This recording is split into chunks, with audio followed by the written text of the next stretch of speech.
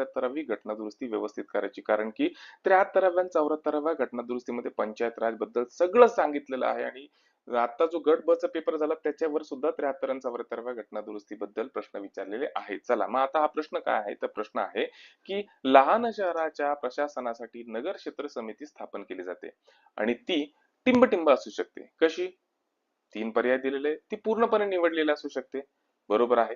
राज्य सरकारद्वारे पूर्णपणे नामनिर्देशित केली असू शकते, हे सुद्धा बरोबर आहे. आणि अंशतः निवडलेली आणि अंशतः नामनिर्देशित असू शकते, हे सुद्धा बरोबर आहे. म्हणजे वरले तिन्हीच्या तिन्ही पर्याय बरोबर आहे. मी म्हणलं ना तुम्हाला की पंचायत राज मध्ये 73वी आणि 74वी घटना दुरुस्ती अतिशय महत्वाची आहे आणि त्याच्यातूनच हा प्रश्न आलेला आहे. प्रश्न काय आहे, तर सार्वजनिक निवडणुकीनंतरच्या पहिल्या ग्रामसभेचा अध्यक्ष, त्याचप्रमाणे वित्तीय वर्षातील पहिल्या ग्रामसभेचा अध्यक्ष कोण असतो, तर तो असतो सरपंच. कसं ते आता डिटेल मध्ये पाहू. पॉलिटी, राज्यशास्त्र, पॉलिटी याच्यामध्ये जर का तुम्हाला 15 पैकी 13-14 मार्क घ्यायचे असेल तर सगळ्यात महत्वाचं आहे तुमच्यासाठीची पीवायक्यू अनालिसिसची स्ट्रॅटेजी. काही नाही जमलं तर मागच्या 3 वर्षाच्या प्रश्नपत्रिका तरी व्यवस्थित घासून पुसून अनालाइज करा. नाही जमलं तर कमीत कमी 1 वर्षाच्या प्रश्नपत्रिका नक्की पहा, कारण की मागच्या 1 वर्षाच्या प्रश्नपत्रिका हा आयोगाचा त्या विषयाबद्दलचा ट्रेंड दर्शवत असतो. चला पहिल्यांदा कॉन्सेप्ट डिटेल मध्ये पक्का करू. काय सांगतंय की आपल्याला माहिती ग्रामसभा, ग्रामसभा काय आहे, तर गावात जी काही लोक राहतात, भोळ्या भाषेत सांगायचं झालं तर त्यांच्यापासून जे मतदार आहे त्यांच्यापासून जी तयार होती ती असती ग्रामसभा. आणि या ग्रामसभेच्या प्रत्येक बैठकीचं स्थान हा सरपंच भूषवत असतो. आता सरपंचाच्या अध्यक्षतेखाली कोणकोणत्या बैठका होतात, तर सगळ्यात पहिल्यांदा सार्वजनिक निवडणूक झाली की त्याच्यानंतर जी पहिली सभा होती त्या सभेचा अध्यक्ष सुद्धा सरपंच असतो.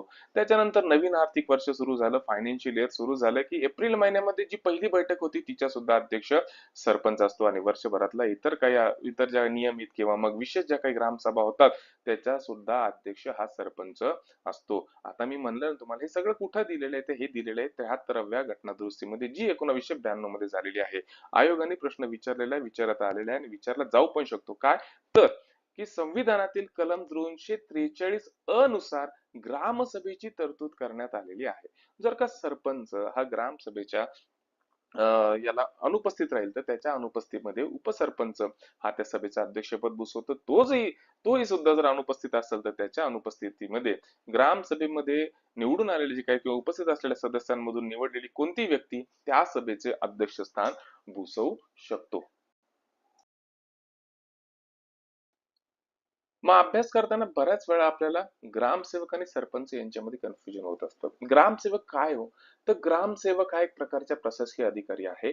तो ग्रामसभेचा सचिव म्हणजे सेक्रेटरी असतो, तो कधी अध्यक्ष नसतो. आता आपण गणसंख्या नेहमी वाचतो, विधानसभेबद्दल वाचतो, लोकसभेबद्दल वाचतो, पण ग्रामसभा बद्दलची गणसंख्या काय? पेपरला प्रश्न विचारला जाऊ शकतो, महत्वाचा टॉपिक आहे. आपण फापड पसारा टाळतो, महत्वाचेच टॉपिक घेतो ज्याच्यातून पुढे प्रश्न विचारला जातो.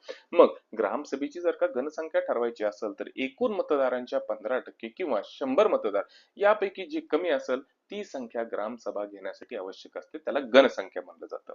आता या बैठकांचं आयोजन, ग्रामसभेच्या बैठकांचं आयोजन करण्याची जबाबदारी ही सरपंचावर असते आणि जर का त्यांनी ती जबाबदारी पार नाही पाडली तर मात्र त्याच्यावर अपात्रतेची कारवाई होऊ शकते. आणि आता खऱ्या अर्थाने कॉन्सेप्ट पक्का झालेला आहे. चला पुढचा महत्वाचा टॉपिक, तुम्हाला खरंच राज्यघटनेचा अभ्यास करायचा असेल ना तर तुम्ही पहा ना, तुमच्या रेफरन्स बुक मध्ये साधारणतः 50 आसपास धडे दिलेले. सगळे महत्वाचे का? बिलकुल नाही. तुमच्यासाठी फक्त 8 ते 10 किंवा 10 ते 12 घटक महत्वाचे आहे ज्याच्यावर प्रीला कंबाईनच्या प्रीला प्रश्न विचारले जातात. त्याच्यामध्ये सगळ्यात महत्वाचा घटक जर म्हणला तर राज्यपाल आहे, महाधिवक्ता आहे, राष्ट्रपती आहे, हायकोर्ट आहे, मूलभूत कर्तव्य, मूलभूत अधिकार, त्याच्यानंतर घटनेची निर्मिती. हे मोजके टॉपिक आहे की ज्याच्यावर आयोग नेहमी प्रश्न विचारत असतो. तर प्रश्न काय आहे या ठिकाणी?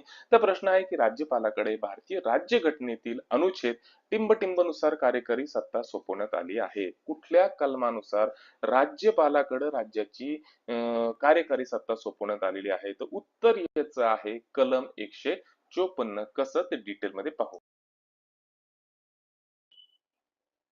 मी म्हणलं ना, आपली अभ्यासाची स्ट्रॅटेजी वेगळी आहे. जर का राज्यपाल याबद्दल काही प्रश्न आलेला आहे तर आपण राज्यपालाबद्दल सगळ्या महत्वाच्या गोष्टी जाणून घेतो आणि अशाच गोष्टी जाणून घेतो की ज्या पेपरला विचारल्या गेलेल्या आहे किंवा विचारल्या जाऊ शकतात. या ठिकाणी लक्षात ठेवा की भारतीय राज्यघटनेच्या भाग 6 मध्ये घटक राज्यांच्या शासनासंबंधीची तरतूद केलेली आहे. राज्यपाल जो आहे हा या राज्याचा संविधानिक किंवा घटनात्मक प्रमुख असतो. कलम 154 काय सांगतं तर राज्याची सर्व कार्यकारी सत्ता ही राज्यपालाकडे असते आणि तो या सत्तेचा वापर त्याच्या हाताखालील अधिकाऱ्यांमार्फत किंवा अधीनस्थ अधिकाऱ्यांमार्फत करत असतो. वास्तविक प्रमुख कोण आहे मुख्यमंत्री आपल्याला सांगायची गरज नाही. घटनात्मक प्रमुख कोण आहे या ठिकाणी तर राज्यपाल आहे. चला मग एवढे दोनच कलम महत्वाचे आहे का हे एकच कलम महत्वाचं आहे का राज्यपालाबद्दल नाही इतरही काही महत्वाची कलम आहे जसं कलम 152 काय सांगतं तर राज्य या शब्दाची व्याख्या सांगतं. कलम 153 काय सांगतं की प्रत्येक राज्यासाठी एक राज्यपाल असावा अशी घटनेमध्ये तरतूद करण्यात आलेली आहे. कलम 155 काय सांगतो तर राज्यपालाची नियुक्ती ही राष्ट्रपतींकडून केली जाते आणि कलम 163 अतिशय महत्वाचं पेपरला खूप वेळेस विचारलं गेलेलं आहे. हे काय सांगतं तर राज्यपालांना त्यांच्या कार्यात मदत आणि सल्ला देण्यासाठी मुख्यमंत्री त्यांच्या नेतृत्वाखालील मंत्रिमंडळ असं मी म्हणलं ना ऍक्च्युअली प्रमुख कोण आहे ऍक्च्युअली कार्यकारी सत्ता कोणाच्या हातात आहे तर मुख्यमंत्र्याच्या हातात आहे त्याच्या सल्ल्यानुसारच राज्यपालाला काम करावं लागतं. बरं राज्यपालाची कलम इथे संपतात का नाही कलम 200 ते सुद्धा महत्वाचं आहे एखादं विधेयक राष्ट्रपतीच्या विचारार्थ राखून ठेवायची तरतूद कलम 200 नुसार करण्यात आलेली आहे. कलम 356 तितकंच महत्व आहे की राज्यात राष्ट्रपती राजवट लागू करायची शिफारस राज्यपाल राष्ट्रपतींना देऊ शकतो. राज्यपालाची भूमिका काय असते तर राज्यपालाची भूमिका दुहेरी असते काय एक तर तो घटनात्मक प्रमुख आहे आणि दुसरा तो केंद्राचा प्रतिनिधी असतो का बरं कारण राष्ट्रपतीने त्याला निवडलेले आहे त्यांनी नेमलेले आहे ना त्याच्यामुळे तो दुहेरी भूमिका पार पडत असतो. वास्तविक प्रमुख जरी कार्यकारी सत्ता राज्यपालाच्या नावाने चालत असली तरी वास्तविक सत्ता ही मुख्यमंत्री त्यांच्या मंत्रिमंडळाच्या हातामध्ये असते. आता खऱ्या अर्थाने कॉन्सेप्ट पक्का झालेला आहे. मित्रांनो मी सांगतो ना तुम्हाला फक्त तुम्ही मोजके टॉपिक करा डिटेल मध्ये करा आणि मागच्या 2 ते 3 वर्षाचं पीवायक्यूचं डिटेल मध्ये अनालिसिस करा. मी आहे तुमच्यासाठी सगळ्या विषयाचं 3 वर्षाचं कमीत कमी 4 वर्षाचं मी तुमच्यासाठी पीवायक्यू अनालिसिस आणत आहे. आवडत असेल तर चॅनल आताच लाईक करा शेअर करा सबस्क्राईब करा.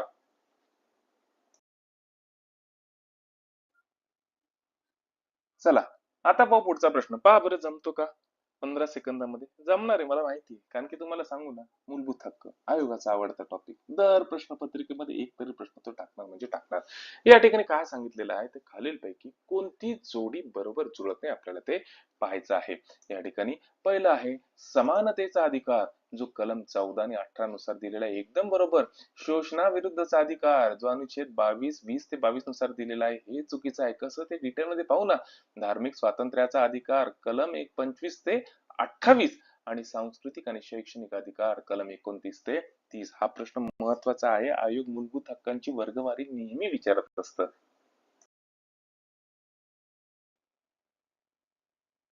तुम्हाला जर का कंबाईनच्या पेपरमध्ये 1 मार्क नक्की घ्यायचा असताना त्याचा स्क्रीनशॉट काढून ठेवा काय आहे मूलभूत हक्काची वर्गवारी. इथं पहिला दिलेला आहे समानतेचा अधिकार. समानतेचा अधिकार म्हणजे काय तर कलम 14 पासून 18 पर्यंत सांगण्यात आलेला आहे काय तर कायद्यासमोर समानता भेदभाव बंदी अस्पृश्यता निवारण प्रत्येक कलमाचं नंतर आपण डिटेलमध्ये अनालिसिस करणार आहे. स्वातंत्र्याचा अधिकार हा कलम 19 ते 22 पर्यंत दिलेला आहे याच्यामध्ये भाषण स्वातंत्र्य जीविताचे संरक्षण शिक्षणाचा हक्क वगैरे वगैरे सगळं दिलेलं आहे. त्याच्यानंतर शोषणाविरुद्धचा अधिकार कलम 23 आणि 24 धार्मिक स्वातंत्र्याचा अधिकार कलम 25 ते कलम 28 सांस्कृतिक आणि शैक्षणिक अधिकार कलम 29 ते 30 आणि घटनात्मक उपाययोजना अधिकार कलम 32 काय आहे जर का तुमच्या मूलभूत हक्कांवर गदा आणली राज्य शासनाने शासन संस्थेने तर तुम्ही सुप्रीम कोर्टाकडे पळत जाऊ शकता आणि त्यांचं दार वाजू शकता की साहेब आमच्या मूलभूत हक्कावर गदा आलेली आता तुम्ही आमची मदत करा. आलं लक्षात चला काही नाही झालं याचा स्क्रीनशॉट काढा आणि 1-2 वेळेस डिस्कस करा अभ्यास खूप सोप्या पद्धतीने होतो कसा होतो काय होतो कसा करायचा सगळं काही डिटेल मध्ये कळत हा इच्छा असेल तर आमची मेंटरशिप बॅच नक्की जॉईन करा.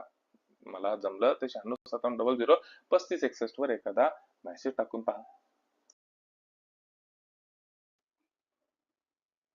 मी तुम्हाला मूलभूत हक्कांबद्दल मोजकच सांगणार की ज्याच्यावर आयोग प्रश्न विचारत असतो. कलम 12 काय आहे तर कलम 12 ही राज्य संस्थेची व्याख्या दिलेली राज्य संस्था कोणाला म्हणायचं हे कलम 12 मध्ये सांगितलेलं आहे. कलम 13 काय आहे की मूलभूत हक्कांशी विसंगत असलेले कुठलेही कायदे शासन संस्थेने केले तर घटनेनुसार ते शून्य होतील, निष्प्रभ होतील, हे कलम 13 सांगतंय.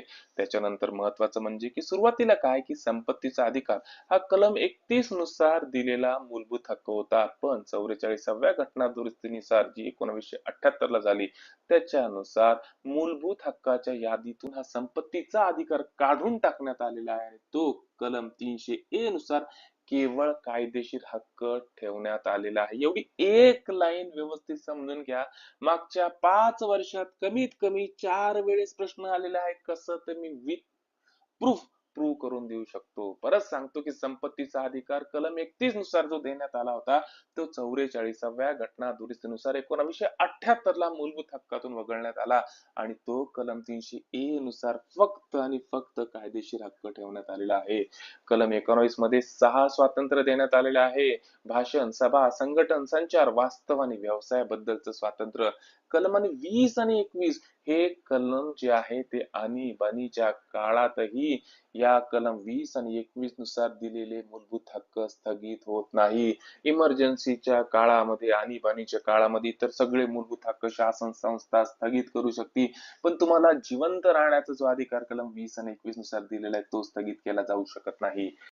फक्त नागरिकांना उपलब्ध असणारे मूलभूत हक्क कोणते याच्यावर पण बऱ्याच वेळा प्रश्न आलेला आहे. ते कलम 15, 16, 19, 29 आणि 30 हे हक्क फक्त नागरिकांना उपलब्ध आहे, परकीयांना नाही. मी या ठिकाणी तुमचे 2 मिनिटं एक्स्ट्रा घेणार आहे. का? कारण की मूलभूत हक्क आयोगाच्या दृष्टीने अतिशय महत्वाचं टॉपिक मागच्या 5 वर्षात प्रत्येक प्रश्नपत्रिकेमध्ये एक तरी प्रश्न याच्यावर विचारला जातो आणि इतर काही महत्वाचे टॉपिक आहे मूलभूत हक्कामध्ये त्याचं मी तुम्हाला डिटेलमध्ये अनालिसिस सांगतोय. कसं आहे की आपण म्हणतो की कलम 32 महत्वाचा आहे. काय आहे कलम 32? जर का तुमच्या मूलभूत हक्कावर गदा आली तर तुम्ही पळत पळत सुप्रीम कोर्टाकडे जाऊ शकता आणि सुप्रीम कोर्ट त्या कंडिशन मध्ये राज्य संस्थेसाठी, राज्य संस्था म्हणजे व्यापक अर्थ झाला, राज्य संस्थेसाठी 5 प्रकारचे आदेश देऊ शकतं. त्याच्यातला पहिला जो आदेश आहे त्याला म्हणायचं बंदी प्रत्यक्षीकरण म्हणजेच हेबियस कॉर्पस. काय आहे हेबियस कॉर्पस? सुप्रीम कोर्ट सांगतं की ज्या व्यक्तीला तुम्ही अटक केलेली आहे त्याला आत्ताच्या आत्ता न्यायालयासमोर हजर करा. दुसरा जो आदेश देतं ते आहे परमादेश म्हणजे रिट ऑफ मडामास. हे मदामास काय आहे तर सरकारी अधिकाऱ्याला त्याचे कर्तव्य बजावण्यासाठी सांगण्यात आलेला आदेश. त्याच्यानंतर writ of prohibition. Writ of prohibition काय सांगतो की एखादं कनिष्ठ न्यायालय त्याच्या अधिकार क्षेत्राच्या बाहेर जर काम करत असेल तर अशा वेळेस हायकोर्ट किंवा अशा वेळेस सुप्रीम कोर्ट जो आदेश देतो तो असतो रिट ऑफ प्रोहिबिशन. त्याच्यानंतर रिट ऑफ सर्शिओररी म्हणजे उत्प्रेक्षण. उत्प्रेक्षण काय आहे की एखादा प्रलंबित खटला उच्च न्यायालयाकडे हस्तांतरित करण्यासाठी सुप्रीम कोर्ट सांगू शकतं. आणि नंतरचं शेवटचं आहे को वॉरंटो. रिट ऑफ को वॉरंटो. को वॉरंटो म्हणजे काय की ठीक आहे बाबा तुम्ही सरकारी नोकर आहे पण तुम्ही कुठल्या अधिकाराने ही कृती करताय किंवा कुठल्या अधिकाराने हे पद धारण केलेलं आहे असा विचारण्यासाठी जो काही आदेश दिला जातो त्याला म्हणलं जातं रिट ऑफ को वॉरंटो. हे 5 प्रकारचे आदेश अतिशय महत्वाचे जे सुप्रीम कोर्ट देत असताना याच्यावर आयोगाने खूप वेळेस प्रश्न विचारलेला आहे. एका साईडला तुम्हाला आदेश दिलेला असताना दुसऱ्या साईडला तुम्हाला जोड्या जुळवायच्या असतात. त्याच्यानंतर अतिशय महत्वाचं अजून एक सांगतो की कलम 358 नुसार युद्ध किंवा परकीय आक्रमण जर झालं आणि राष्ट्रीय आणीबाणी लागली तर कलम 19 आपोआप स्थगित होत असतं. आता खऱ्या अर्थाने मला महत्वाच्या का होईना मूलभूत हक्काच्या गोष्टी कळल्या. चला आता पाहू पुढचा प्रश्न.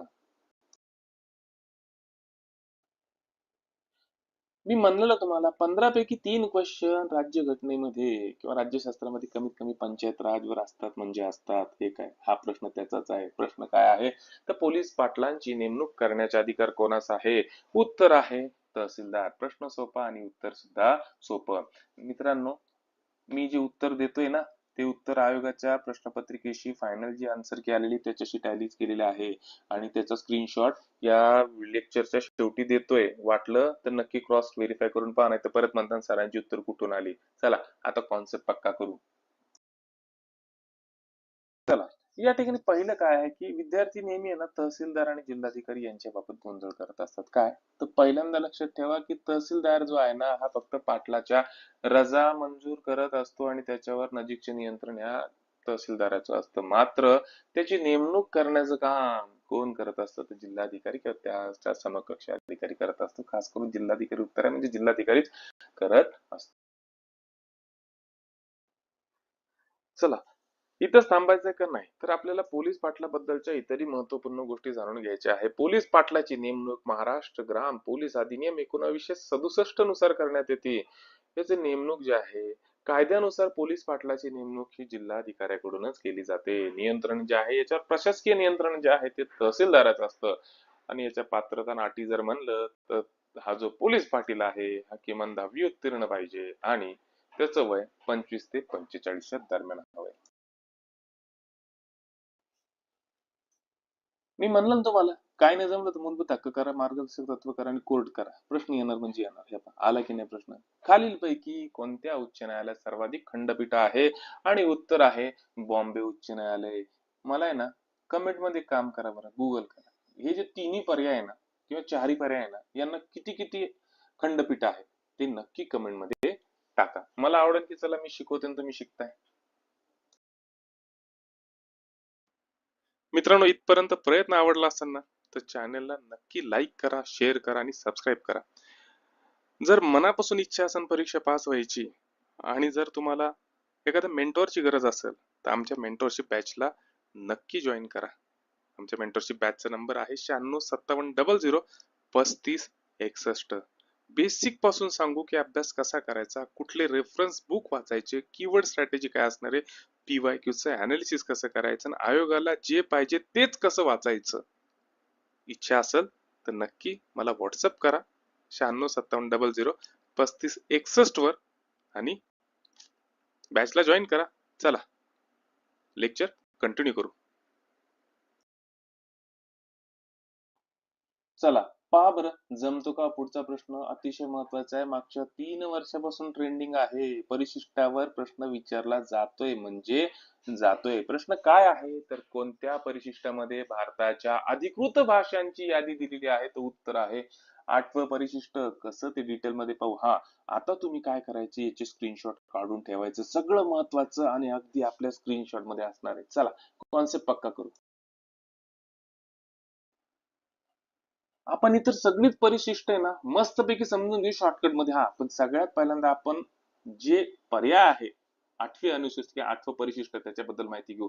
मूळ घटनेमध्ये सुरुवातीला फक्त 14 भाषा होत्या. या 8व्या परिशिष्टामध्ये फक्त 14 भाषा होत्या, पण नंतर हळूहळू हळू घटना दुरुस्ती होऊन या 14 भाषांच्या ऐवजी आता घटनेमध्ये 8व्या परिशिष्टामध्ये 22 अधिकृत भाषा झालेल्या आहे. या आल्या कुठून तर सगळ्यात पहिल्यांदा 21वी घटना दुरुस्ती जी 1967 ला झाली. त्याच्यानुसार सिंधी भाषेचा समावेश झाला अधिकृत भाषा म्हणून.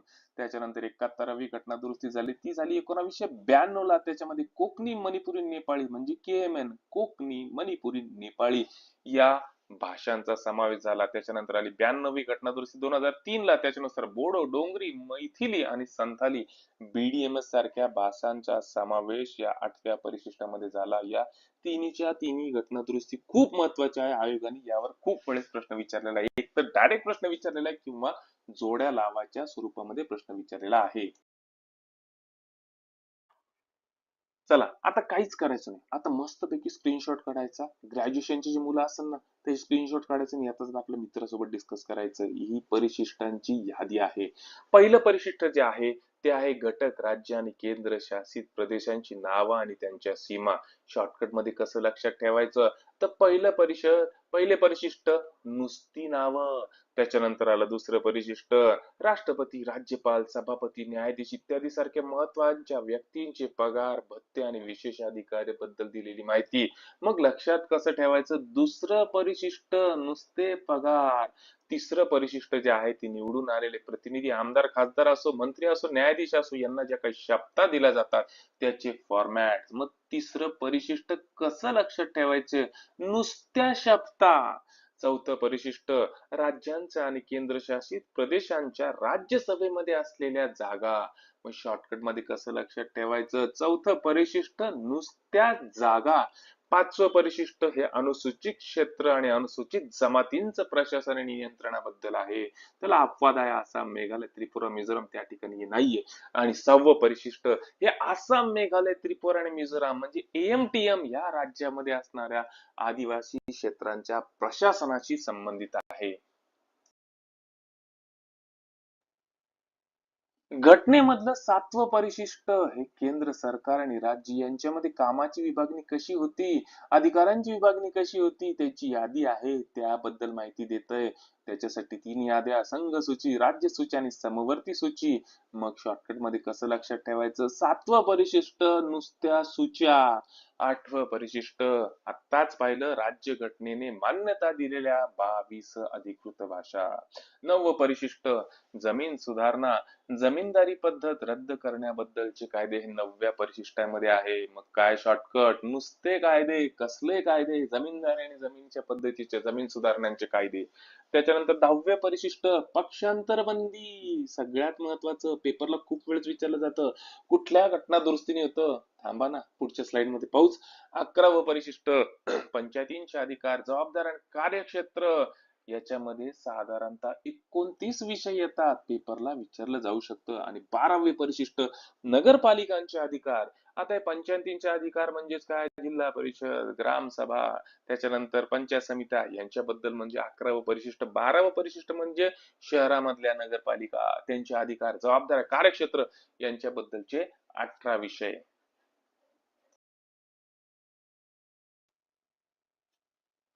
बरं, आयोग परिशिष्टांबद्दल इथं थांबतो का? नाही. आयोग काय करतो की त्याला घटना दुरुस्ती पण विचारायला आवडती. सुरुवातीला जेव्हा घटना सुरू झाली तेव्हा फक्त 8च परिशिष्ट होते घटनेमध्ये.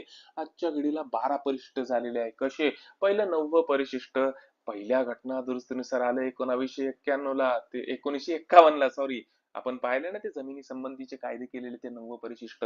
10वं परिशिष्ट जे आहे ते आहे 52वी घटना दुरुस्तीने आलेलं, जे 1985 ला आलं. कोणतं? अहो ते पक्षांतर बंदीचं. त्याच्यानंतर 11वं परिशिष्ट 73वी घटना दुरुस्ती 1992 ला जी झाली होती, त्याच्यानुसार 11वं परिशिष्ट आलं. आणि 12वं परिशिष्ट 74वी घटना दुरुस्ती, जी 1992 ला आली.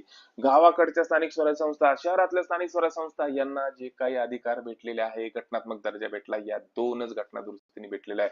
73वी आणि 74व्या घटना दुरुस्ती. आता खऱ्या अर्थाने कॉन्सेप्ट पक्का झालेला आहे. चला, पहा बरं, जमतो का पुढचा प्रश्न. मित्रांनो, तुम्हाला अभ्यास करायची सोपी पद्धत सांगू का? पहिल्यांदा, सगळ्यात पहिल्यांदा काय करायचं, तर आयोगाचा सिलेबस डाउनलोड करा, पाठ करून टाका, बेस्ट रेफरन्स बुक निवडा. आणि त्याच्यानंतर तुम्ही म्हणता की सर आता का अभ्यास कसा करायचा, तर तुम्हाला जो टॉपिक वाचायचा आहे, आज ज्या टॉपिकचा अभ्यास करायचा आहे, तो डायरेक्ट वाचायला नाही घ्यायचा. सगळ्यात पहिल्यांदा त्याच्या टॉपिकवर पीवायक्यू कसे विचारलेले ते पाहायचंय. आयोगाला जे लागतं ना, आपण तेच वाचतो. आपला दृष्टिकोन पक्का होत असतो, विषय समजून घ्यायची पद्धत बदलत असते, आणि बिटवीन द लाईन आपण वाचत असतो. आहे की नाही? फक्त महत्वाचं वाचतो, फापट पसारा चालतो. त्याच्यामुळे पीवायक्यू अनालिसिस खूप महत्वाचा आहे, जर का तुम्हाला पोस्टच काढायची असेल तर. चला, या ठिकाणी प्रश्न काय आहे? परत प्रश्न हा मूलभूत हक्कांच्या अवतीभोवती फिरणार आहे. आत्ताच मी 4 प्रश्न अगोदर डिटेल मध्ये तुम्हाला अनालिसिस करून सांगितलं होतं, याचं उत्तर तुम्ही जागेवर काढणार आहे. काय आहे प्रश्न? तर प्रश्न आहे की केंद्र सरकारने 44व्या घटना दुरुस्तीनुसार संविधानाच्या कोणत्या, म्हणजे टिंबटिंब संविधानाच्या 3ऱ्या भागातून, म्हणजेच मूलभूत हक्काच्या यादीतून वगळलं. अहो, कुठला हक्क वगळला मूलभूत हक्काच्या यादीतून 44व्या घटना दुरुस्तीनुसार, जी 1978 ला झाली? ती आहे संपत्तीचा हक्क. थोडी अजून माहिती गोळा करू. घटना जेव्हा सुरू झाली ना, त्यावेळेस घटनेमध्ये 7 मूलभूत हक्क होते. आणि त्यात मधला एक महत्वाचा हक्क होता संपत्तीचा हक्क. मात्र जमीन सुधारणा करताना किंवा सामाजिक न्यायाची अंमलबजावणी करताना अडचणी यायला लागल्या. सरकारला वाटलं की याचं घर पाडायचं, तिथे रस्ता बांधायचा, चालला तो बोंबलत कोर्टामध्ये. बरोबर आहे. मग अशा वेळेस विकास खुंटायला लागला. म्हणून काय झालं की 44वी घटना दुरुस्ती आली, आणि जनता पक्षाच्या सरकारने 1978 मध्ये ही घटना दुरुस्ती केली. याच्यानुसार कलम 19(1)(f) आणि कलम 31 मध्ये असलेले संपत्तीचा हक्क मूलभूत हक्काच्या यादीतून, एवढंच काय, भाग 3 मधून सुद्धा काढून टाकण्यात आला. वगळल्यानंतर या भागाला, या हक्काला भाग 12 मध्ये स्थान देण्यात आलं, कलम 300(a) नुसार. आणि आता हा फक्त आणि फक्त कायदेशीर हक्क आहे, मूलभूत हक्क नाही. याचा अर्थ असा की आता तुमच्याकडे तुमची संपत्ती कायद्याची प्रक्रिया पाळल्याशिवाय हिरावून घेतली जाते का? नाही, असा याचा अर्थ होत नाही. परंतु त्याचे उल्लंघन जर झाले तर तुम्ही थेट कोर्टामध्ये जाऊ शकत नाही. कॉन्सेप्ट पक्का? बरं, हे पण आयोगाचं आवडतंय बरं का, की कोण काय म्हणलं, नेहमी प्रश्न विचारतो. या ठिकाणी काय दिलेलं आहे, त्या प्रश्न सांगितलेलं आहे की केंद्र आणि राज्यांच्या समवर्ती सूचीला संधी प्रकाश क्षेत्र म्हणजे ट्वायलाइट झोन कुणी म्हणलेलं आहे? तर याचं उत्तर आहे पाहिली. मित्रांनो, इथपर्यंत प्रयत्न आवडला असेल ना तर चॅनलला नक्की लाईक करा, शेअर करा आणि सबस्क्राईब करा. जर मनापासून इच्छा असेल परीक्षा पास व्हायची आणि जर तुम्हाला एखाद्या मेंटॉरची गरज असेल तर आमच्या मेंटॉरशिप बॅचला नक्की जॉईन करा. आमच्या मेंटरशिप बॅचचा नंबर आहे 9657003561. बेसिक पासून सांगू की अभ्यास कसा करायचा, कुठले रेफरन्स बुक वाचायचे, कीवर्ड स्ट्रॅटेजी काय असणार आहे, PYQ चं अनालिसिस कसं करायचं आणि आयोगाला जे पाहिजे तेच कसं वाचायचं. इच्छा असेल तर नक्की मला व्हॉट्सअप करा 9657003561 वर आणि बॅचला जॉईन करा. चला लेक्चर कंटिन्यू करू.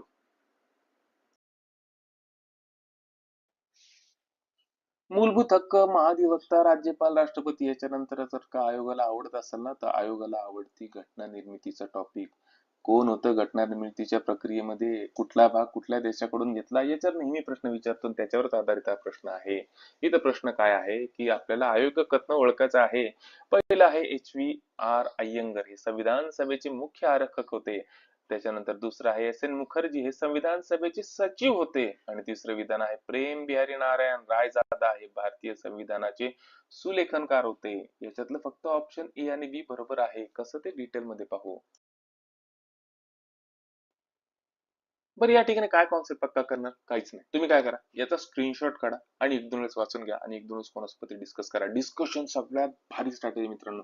जर का तुम्हाला कुणी मित्र नाहीये डिस्कशन करायला, काही टेन्शन घ्यायचं नाही. घरामध्ये आई असेल ना तर आईला जाऊन सांगायचं, आई मी तुला आज घटना जी वाचली ते सांगतो. आई बिचारी पोळ्या लाटत बसून काय करायचं ते करत बसून, तुमच्याकडे लक्ष देणार नाही. हा, पण तुमचा कॉन्सेप्ट इतका पक्का होईल त्या बिचारीला आईला पण तुम्ही सांगता, आई पण थोडी घटनेमध्ये हुशार होईल आणि इकडे तुमचा पण अभ्यास जबरदस्त होईल. त्याच्यामुळं ती स्ट्रॅटेजी सोडू नका ग्रुप डिस्कशनची. हा, जर तुम्हाला कोणीच भेटत नसेल तर आपला मेंटरशिप प्रोग्राम जॉईन करा. इथं अभ्यासू मुलं आहे, यांच्यासोबत आपण अभ्यास करत असतो. कसं करायचं, काय करायचं, 24/7 माझं मार्गदर्शन उपलब्ध आहे.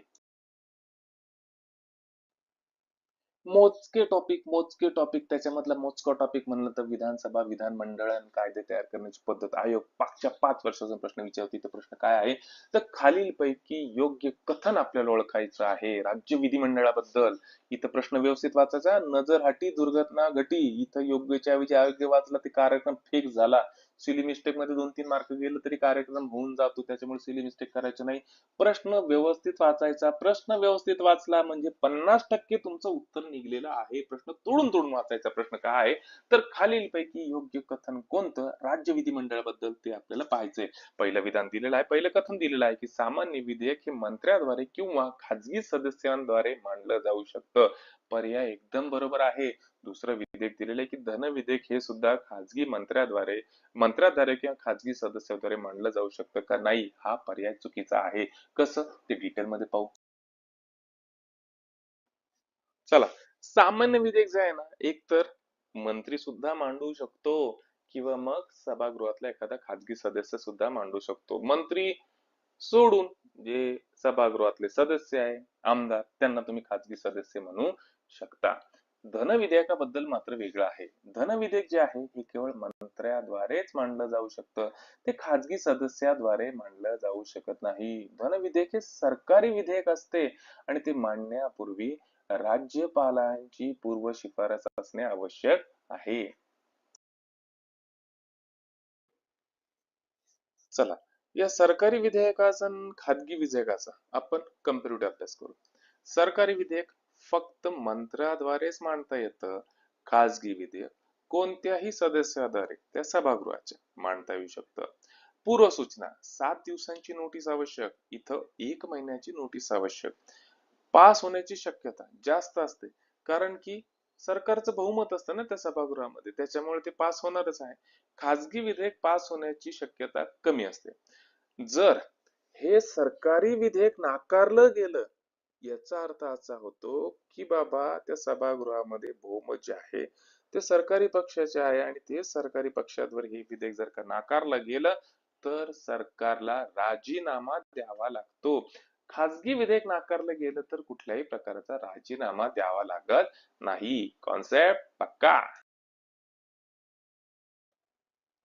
चला, पुन्हा पंचायत राजवर आलेला प्रश्न तुम्हाला मी ऑलरेडी सांगितलेलं आहे की आयोगाचा आवडता टॉपिक आहे हा पंचायत राज. त्याच्यामध्ये 73वी 74वी घटना दुरुस्ती आणि त्यातल्या त्यात बलवंतराय मेहता समिती, अशोक मेहता समिती या 2-4 समित्यांवर आयोग नेहमी प्रश्न विचारतो.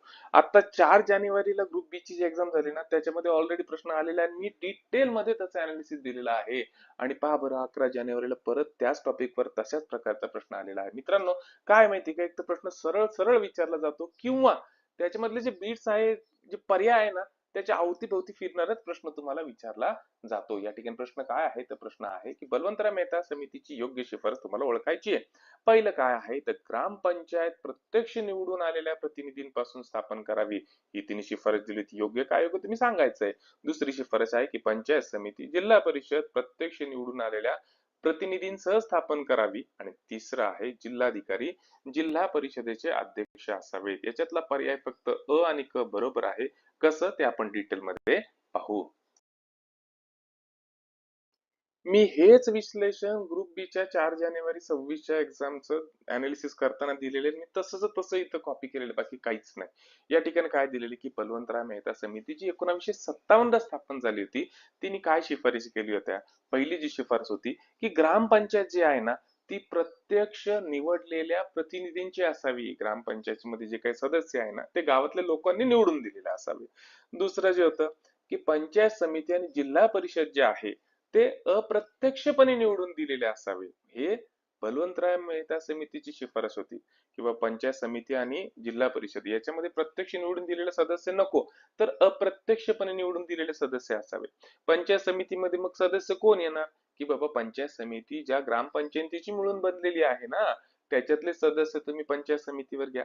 मग जिल्हा परिषदेत कोण येणार, आता जिल्हा परिषद ज्या पंचायत समित्यांपासून बनलेली आहे ना, त्या पंचायत समित्यांमधले सदस्य जिल्हा परिषदेमध्ये अप्रत्यक्षपणे घ्या. ही शिफारस कोणाची होती, बलवंतराय मेहता समितीची होती. आणि तिसरं आहे की जिल्हाधिकारी हा जिल्हा परिषदेचा अध्यक्ष ठेवा, ही ऑलरेडी शिफारस त्यांनी केलेली होती. आता आपण काय करू, बलवंतराय मेहता समिती आणि अशोक मेहता समिती ज्याच्यावर नेहमी आयोग प्रश्न विचारतो आणि इथं आपण कन्फ्युज असतो, त्याचा कम्पॅरेटिव्ह अभ्यास करू. स्क्रीनशॉट काढून घ्या, चुकणार नाही. बरं मित्रांनो, आपला टॉपिक संपला का? नाही, आपण थोडं जास्त शिकतो आणि या ठिकाणी जास्त पाहणार आहे की बलवंतराय मेहता आणि अशोक मेहता समिती या दोन्हीच्या दोन्ही महत्त्वाच्या समित्या आणि आयोग याच्यावर नेहमी प्रश्न विचारतो आणि आपण इथं कन्फ्यूज होतो. मग आपण कम्पॅरेटिव्ह अभ्यास करू ना. बलवंतराय मेहता समिती काय सांगते, तर बलवंतराय मेहता समितीच्या शिफारशी 1957ला देण्यात आल्या. अशोक मेहता समितीच्या शिफारशी 1977ला देण्यात आल्या. बलवंतराय मेहता समिती ही त्रिस्तरीय रचनेची शिफारस करते, म्हणजे जिल्ह्यामध्ये ग्रामपंचायती पण पाहिजे, पंचायत समिती पण पाहिजे तालुका पातळीला, आणि जिल्हा पातळीला जिल्हा परिषद सुद्धा पाहिजे. अशोक समिती याच्या विरुद्ध बोलते. ती टू टियर समितीची शिफारस, टू टियर पद्धतीची शिफारस करते, म्हणजे द्विस्तरीय रचनेची शिफारस करते. काय म्हणते की जिल्ह्यामध्ये फक्त जिल्हा परिषद ठेवा आणि मंडल पंचायतीची स्थापना करा. दुसरी शिफारस होती की पंचायत समिती ही सर्वात महत्त्वाची कार्यकारी संस्था असावी. बलवंतराय मेहता समितीच्या शिफारशीनुसार पंचायत राज हीच महत्त्वाची असावी जिल्हा परिषद आणि ग्रामपंचायतच्या तुलनेमध्ये. तर इकडं अशोक मेहता समितीनुसार जिल्हा परिषद ही महत्त्वाची कार्यकारी संस्था असावी हे सांगितलं होतं. निवडणुका जर म्हणलं तर बलवंतराय मेहता म्हणतं की ग्रामपंचायतीमध्येच फक्त प्रत्यक्ष सदस्य निवडा, पण बाकी पंचायत समिती आणि जिल्हा परिषद या ठिकाणी तुम्ही अप्रत्यक्ष सदस्यांची निवडणूक करा. त्याच्यानंतर इकडं अशोक मेहता समिती काय म्हणते, तर सर्व स्तरावर तुम्ही प्रत्यक्ष निवडणुका लढवा किंवा प्रत्यक्ष निवडणुका घ्या आणि सदस्य प्रत्यक्ष निवडणुकीद्वारे येऊ द्या. राजकीय पक्षांचा हस्तक्षेप नको. इकडं अशोक मेहता म्हणते की राजकीय पक्षांचा हस्तक्षेप असला तरी चालन. इकडे बलवंतराय मेहता म्हणतो की जिल्हाधिकारी हा जिल्हा परिषदेचा अध्यक्ष असावा. तिकडं अशोक मेहता समिती म्हणते की नाही, जिल्हा अधिकाऱ्याची भूमिका केवळ एक समन्वयाचीच राहू द्या. बरोबर आहे, त्याला काही तुम्ही अध्यक्ष वगैरे करू नका. इकडं पंचायत राजला घटनात्मक दर्जा द्यावा अशी स्पष्ट शिफारस बलवंतराय मेहता समितीकडे नव्हती, तर अशोक मेहता समिती म्हणत होती की पंचायत राज संस्थांना घटनात्मक दर्जा दिला जावा. पंचायत राज बलवंतराव मेहता काय म्हणत होते की यांचा काळ जो आहे पंचायत राज समित्यांचा किंवा पंचायत राजचा किंवा पंचायत समित्यांचा किंवा या सगळ्या त्रिस्तरीय समित्यांचा हा 5 वर्षाचा असावा. तर अशोक मेहता समिती म्हणते की हा कार्यकाल फक्त 4च वर्षाचा असावा. ना आत्ता खऱ्या अर्थाने कॉन्सेप्ट पक्का झालेला आहे. जमलं तर स्क्रीनशॉट काढा, पेपरला याच्यावर येईलच. प्रतिबंधात्मक स्थानबद्धता प्रश्न विचारतच आहे 2 वर्षातून 1 वर्षातून एकदा तरी. प्रश्न काय आहे तर खालीलपैकी कोणत्या सूचीमध्ये प्रतिबंधात्मक स्थानबद्धतेची तरतूद देण्यात आलेली आहे? आणि याचं उत्तर आहे केंद्र सूची आणि समवर्ती सूची, पर्याय नंबर 3. पहा बरं जमतो का पुढचा प्रश्न 15 सेकंदाचा वेळ आहे. मित्रांनो तुम्हाला सांगतो ना मी, की तुम्हाला राज्यघटना जर करायची असेल तर 15 टॉपिक आणि त्यातल्या त्यात तुम्हाला काय नाही जमलं ना, हायकोर्ट नक्की करा, कंबाईनची एक्झाम देत असेल तर, आणि राज्यसेवेची एक्झाम देत असेल तर सुप्रीम कोर्ट करा. हायकोर्टवर टॉपिक आलेले आहे, प्रश्न आलेले आहे. चला या ठिकाणी प्रश्न काय आहे तर प्रश्न आहे की लक्षद्वीप हा कोणत्या उच्च न्यायालयाच्या कार्यक्षेत्रात येतं? आणि उत्तर आहे केरळ. इथं थांबणार का नाही, अजून डिटेलमध्ये पाहणार. पहिल्यांदा मला घटनेमध्ये पाहावं लागणार आहे, की कुठल्या कलमानुसार संसदेला अधिकार आहे, की 2 किंवा अधिक राज्यांसाठी किंवा केंद्रशासित प्रदेशासाठी एकच हायकोर्ट असायचं, तर ते आहे कलम 231. आणि आपण ऑलरेडी पाहिलेलं आहे, की लक्षद्वीप जे आहे हे कुठल्या हायकोर्टच्या अंडर येतं तर केरळ हायकोर्टच्या अंडर येतं. आता हे तर झालं एका केंद्रशासित प्रदेशाबद्दल, पण बाकीचे केंद्रशासित प्रदेश काय? अंदमान निकोबार, कलकत्ता हायकोर्टच्या अंडर. पुद्दुचेरी, मद्रास हायकोर्टच्या अंडर. दादर नगर हवेली आणि दमन दीव, मुंबई उच्च न्यायालयाच्या अंडर. चंदीगड, पंजाब आणि हरियाणा उच्च न्यायालयाच्या अंडर. तर लडाख आणि जम्मू काश्मीर यांच्यासाठी स्वतःचं असं लडाख जम्मू काश्मीरचं हायकोर्ट आहे. दिल्ली आणि जम्मू काश्मीर असे दोनच केंद्रशासित प्रदेश आहे की ज्यांना स्वतःचं हायकोर्ट आहे. आता खऱ्या अर्थाने कॉन्सेप्ट पक्का झाला. चला पहा बरं जमतो का पुढचा प्रश्न. काय दिलेलं तर तुम्हाला खालील विधानांमध्ये चुकीचं असणारं विधान ओळखायचं आहे. तुम्हाला 4 विधानं दिलेली आहे. पहिलं विधान आहे की भारतीय राज्यघटनेच्या अंमलबजावणीची तारीख 26 नोव्हेंबर 1949 आहे. चूक. भारतीय राज्यघटनेची अंमलबजावणीची तारीख ही 26 जानेवारी 1950 आहे. घटना लागू कधी झाली तर 26 जानेवारी 1950 पासून, आणि घटनेला मान्यता कधी भेटली तर 26 नोव्हेंबर 1949. त्याच्यामुळे पहिलं वाक्य चुकीचं आहे. दुसरं वाक्य जे आहे ते आहे की 42व्या घटना दुरुस्तीनुसार धर्मनिरपेक्ष शब्द जोडला गेला आहे. एकदम बरोबर.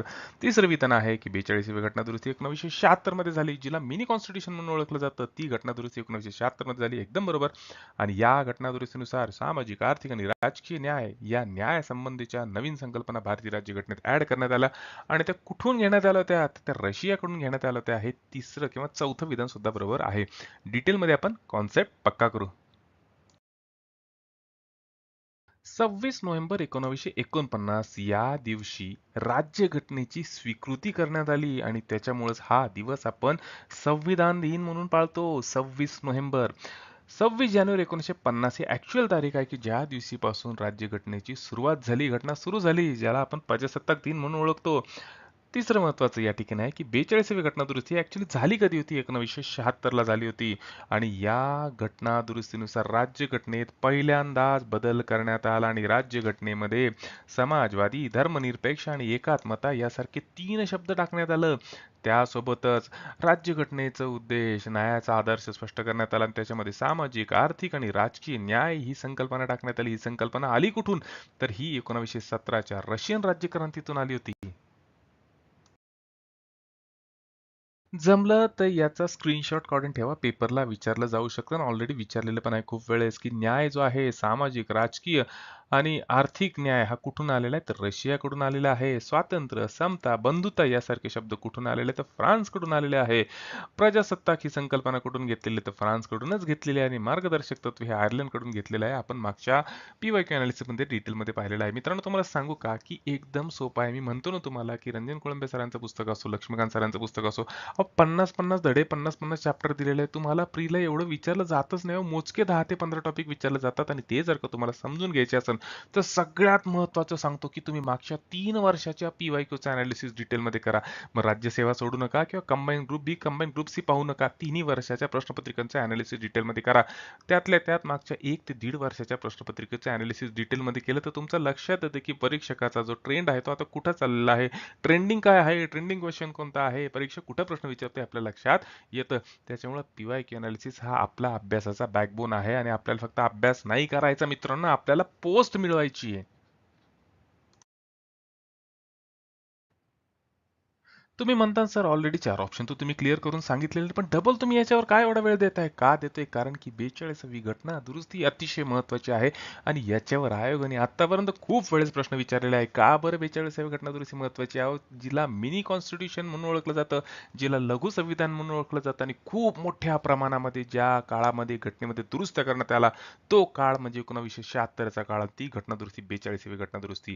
काय काय झालं होतं या घटना दुरुस्तीमध्ये? सगळ्यात पहिल्यांदा काय झालं होतं तर समाजवादी, धर्मनिरपेक्ष आणि एकात्मता हे शब्द आपल्या प्रस्तावनेमध्ये जोडण्यात आले होते. ऑलरेडी आपण पाहिलेलं आहे. सोबतच कलम 51 आर्टिकल 51 ज्याच्यानुसार 10 मूलभूत कर्तव्य आपल्या घटनेमध्ये जोडण्यात आले. संविधानाच्या भाग 4 सुद्धा जोडला गेला आणि हे 10च्या 10 मूलभूत कर्तव्य स्वर्णसिंह समितीच्या शिफारशीनुसार करण्यात आली होती.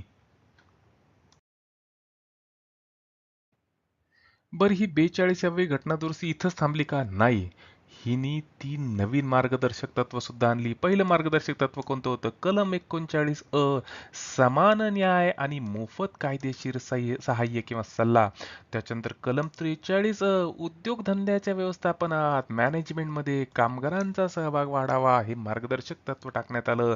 कलम 48 पर्यावरण संरक्षण आणि संवर्धनाच्या रिलेटेड असे 3 महत्त्वाचे मार्गदर्शक तत्व ॲड करण्यात आली या घटनादुरुस्तीनुसार. त्याच्यानंतर सगळ्यात महत्त्वाचं काय झालं तर उच्च न्यायालय आणि सर्वोच्च न्यायालय यांचा न्यायिक पुनर्विलोकनाचा जो अधिकार होता त्याच्यावर मर्यादा आणण्यात आल्या. संसदेने कायदा केला तर त्याचं पुनर्विलोकन सुप्रीम कोर्टाकडून किंवा हायकोर्टाकडून केलं जाणार आहे असं सांगण्यात आलं होतं. हा पण हे बंधन जे आहे 44व्या घटनादुरुस्तीनुसार परत काढून टाकण्यात आलं होतं, जी 1978ला झाली होती मोरारजी देसाई यांच्या काळामध्ये. त्याच्यानंतर लोकसभा आणि विधानसभा यांचा काळ 5 वर्षापासून 6 वर्ष करण्यात आला 42व्या घटनादुरुस्तीमध्ये. इंदिराबाईंच्या काळामध्ये पण 1978 मध्ये पुन्हा तो पूर्वपदावर 44व्या घटनादुरुस्तीनुसार आणण्यात आला. राष्ट्रपतींवर काय बंधन टाकण्यात आलं तर राष्ट्रपतींना मंत्रिमंडळाचा सल्ला हा बंधनकारक राहील हे बंधन त्यांच्यावर टाकण्यात आलं 42व्या घटनादुरुस्तीनुसार. मी म्हणलं नाही खूप महत्वाची घटनादुरुस्ती. आणि सोबतच शिक्षण आणि पर्यावरण हे जे विषय होते राज्य सूचीतून उचलले आणि समवर्ती सूचीमध्ये टाकण्यात आले. आणि आता खऱ्या अर्थाने माझा कॉन्सेप्ट पक्का झालेला आहे. जिथं जमल तिथं स्क्रीनशॉट काढून ठेवा मित्रांनो. डिटेलमध्ये सांगतोय.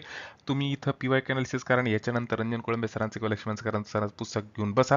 101% सांगतो तुम्हाला समजणार म्हणजे समजणार. हा मित्रांनो आमची ऑनलाईन बॅच सुद्धा चालती. तुम्हाला पार्टिसिपेट करायचा असेल, भाग घ्यायचा असेल तर नक्की भाग घ्या. आपण डिटेलमध्ये अभ्यास करतो. अभ्यास कसा करायचा, काय करायचा, कोणतं रेफरन्स बुक वाचायचं, पीवायक्यूचं अनालिसिस कसं करायचं आणि पीवायक्यूचं अनालिसिस करूनच नवीन चॅप्टरला सुरुवात करायची. आपण सगळं काही तिथं पाहत असतो. जर इच्छा असेल तर 9657003561 या नंबरवर मला व्हॉट्सअप करा.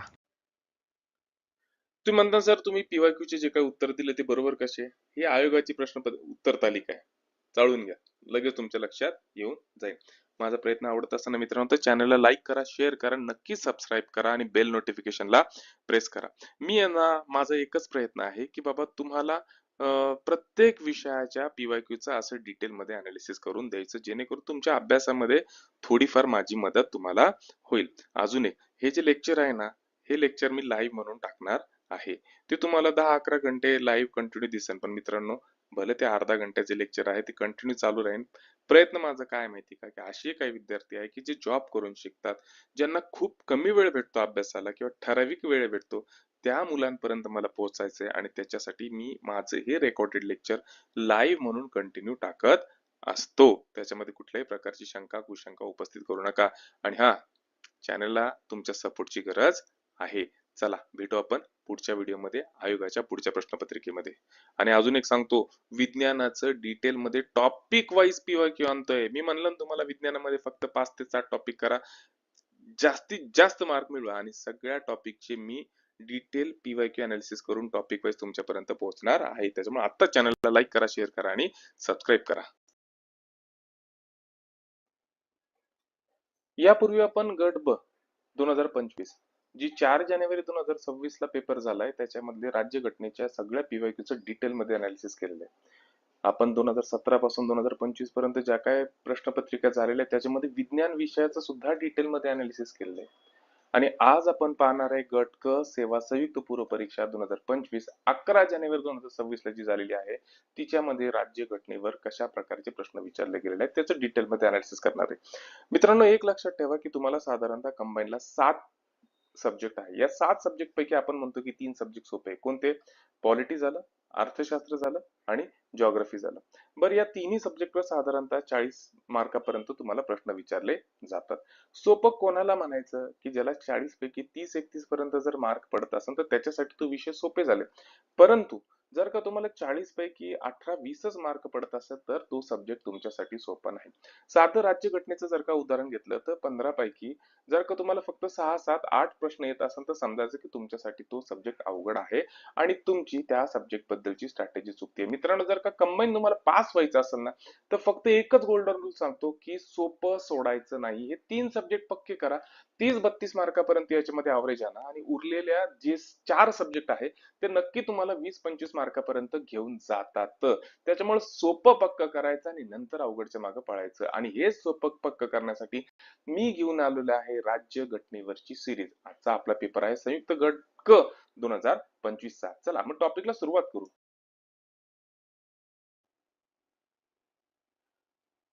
पहा बरं, जमतो का पहिला प्रश्न. मित्रांनो, आपण म्हणतो की साधारणतः 15 मार्काला कंबाईन बी आणि कंबाईन सी, राज्यसेवेला सुद्धा 15 मार्काच्या आसपास राज्यशास्त्र विचारलं जातं. कंबाईन बी आणि कंबाईन सी चं सांगू का तुम्हाला, की राज्य घटनेवरचे जे प्रश्न आहेत ते फक्त 11 ते 12 मार्कापर्यंत असतात. 3 जे प्रश्न असतात ते पंचायत राजवर असतात. आणि जर का तुम्हाला पंचायत राज व्यवस्थित करायचा असेल तर तुम्हाला काहीच करायचं नाही. तुम्हाला 73व्या आणि 74वी घटना दुरुस्ती व्यवस्थित करायची. कारण की 73व्या आणि 74व्या घटना दुरुस्तीमध्ये पंचायत राज बद्दल सगळं सांगितलेलं आहे. आणि आता जो गट ब चा पेपर झाला त्याच्यावर सुद्धा 73 आणि 74व्या घटना दुरुस्तीबद्दल प्रश्न विचारलेले आहेत. चला मग आता हा प्रश्न काय आहे, तर प्रश्न आहे की लहान शहराच्या प्रशासनासाठी नगर क्षेत्र समिती स्थापन केली जाते आणि ती टिंब-टिंब असू शकते. कशी? 3 पर्याय दिलेले, ती पूर्णपणे निवडलेली असू शकते. बरोबर आहे. राज्य सरकारद्वारे पूर्णपणे नामनिर्देशित केली असू शकते. हे सुद्धा बरोबर आहे. आणि अंशतः निवडलेली आणि अंशतः नामनिर्देशित असू शकते. हे सुद्धा बरोबर आहे.